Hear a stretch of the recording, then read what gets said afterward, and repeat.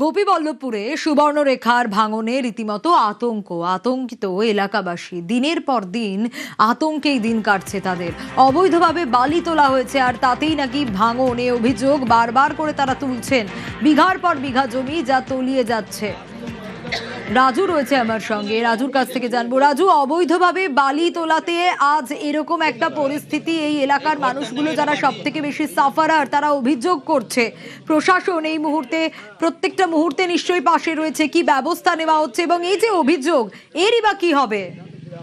দেখো সোনিয়া, প্রথমত বলে রাখি যে গত যে সরকার ছিল, তৃণমূল সরকার, সেই তৃণমূল সরকারের আমলে মূলত এই সুবর্ণরেখা নদীর যে সমস্ত বালি খাদানগুলি রয়েছে, সেই সমস্ত খাদান বাদ দিয়ে অবৈধভাবে বিভিন্ন জায়গা থেকে বালি তোলা হয়েছে। আর সেই বালি উত্তোলনের ফলেই মূলত নদীর গতিপথ পরিবর্তন হয়েছে। আর সেই নদীর গতিপথ পরিবর্তন হওয়াতেই বেশ কিছু গ্রামে নদীর ভাঙন দেখা গেছে। ইতিমধ্যে যদি দেখা হয়, কয়েক বিঘে জমি তো নদীগর্ভে গেছেই, তার সাথে বেশ কয়েকটি গ্রাম গ্রাস করেছে এই সুবর্ণরেখা নদী। ইতিমধ্যে যেটা সব থেকে ভয়ঙ্কর পরিস্থিতি, এই মালঞ্চা যে গ্রাম রয়েছে এবং মালঞ্চা গ্রাম ছাড়াও আরো বেশ কয়েকটি গ্রাম রয়েছে যেগুলো নদীর পার্শ্ববর্তী গ্রাম, সেই সমস্ত গ্রামে যেভাবে ভাঙন তৈরি হয়েছে তাতে উদ্বেগ, মানুষের মধ্যে আতঙ্ক তৈরি হয়েছে। কারণ এই বর্ষার সময় যদি নদীর জলস্তর আরো বাড়ে তাহলে হয়তো এই ভাঙন গ্রামকেও গ্রাস করতে পারে। দেখি এলাকাবাসী কি বলছে। কোনো বাঁধও নেই, বালি তোলাও বন্ধ হচ্ছে না, কিন্তু বাড়ির সামনে চলে এলো জল। মাঠ ছিল, বাগান ছিল, সব চলে গেছে।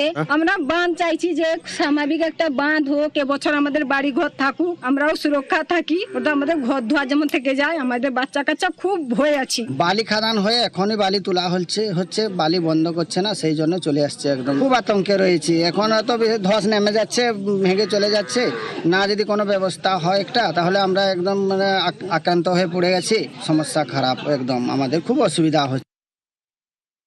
পরিস্থিতি খুবই খারাপ। পরিদর্শন করেও দেখলাম, ঘুরেও দেখলাম নদীর পাড়ে যে এলাকাকে বাঁচানো মুশকিল আছে। আমরা যত তাড়াতাড়ি পারি নদী ভাঙন রক্ষা করার চেষ্টা করব। তবে আমি আশা করছি না এই রেনি ডে ঢুকে গেছে, বর্ষাতি, এই টাইমের মধ্যে কিছু করতে পারবো। তবু আমরা চেষ্টা করছি। আজ অবৈধ বালি খাদান করি, বৈধ খাদান না করি, অবৈধভাবে বালি তুলে বালি বিক্রি করে যে এখানে যারা করেছে নদীর গর্ভকে শেষ করে দিয়েছি। বিগত দিন থেকে এগুলো দেখা উচিত ছিল।